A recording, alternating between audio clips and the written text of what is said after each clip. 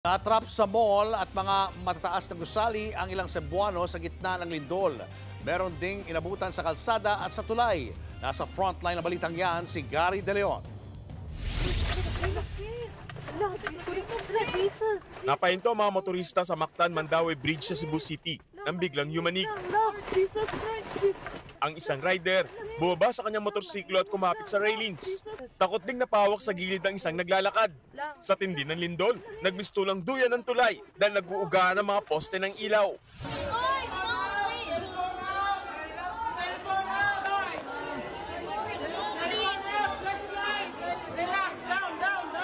Sa kasagsagan din ng lindol, nawalan ng kuryente sa gusaling ito.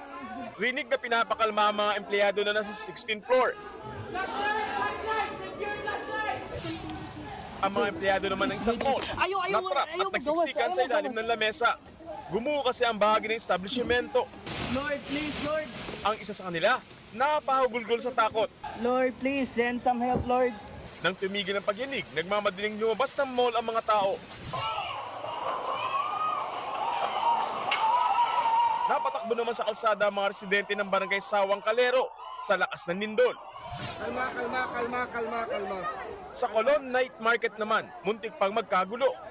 Meron kasing bumagsak na debris mula sa lumang gusali. Napuruan dyan ng isang stall kung saan may lalaking kumakain. Sugatan siya, ganyan kalakas ang magnitude 6.9 na lindol na tumama sa Cebu kagabi. Epicenter niya ng Bogo, Cebu, pero naramdaman ang malaking bahagi ng Kabisayaan. Ang Cebu City Medical Center, pina-evacuate ang lahat ng kanilang staff at pasyente. Bumaba na kami kaagad. Natatakot kami. Kaya ayaw ko nang bumalik doon. Natatakot kami. Baka meron ikadalawang after siya.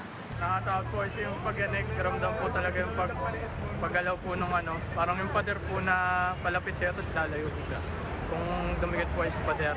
Kaya po naman po namin nagdasal po.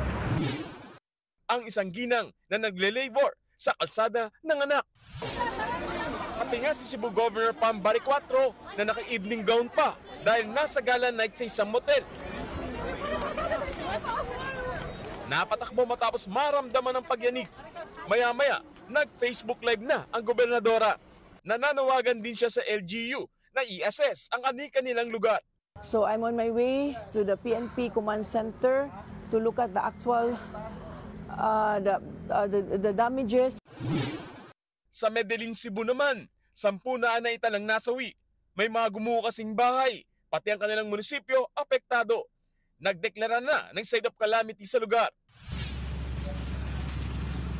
Sa bayan ng Sogot, isang aso naman ang naispatang tila may hinahanap sa landslide area matapos ang lindol.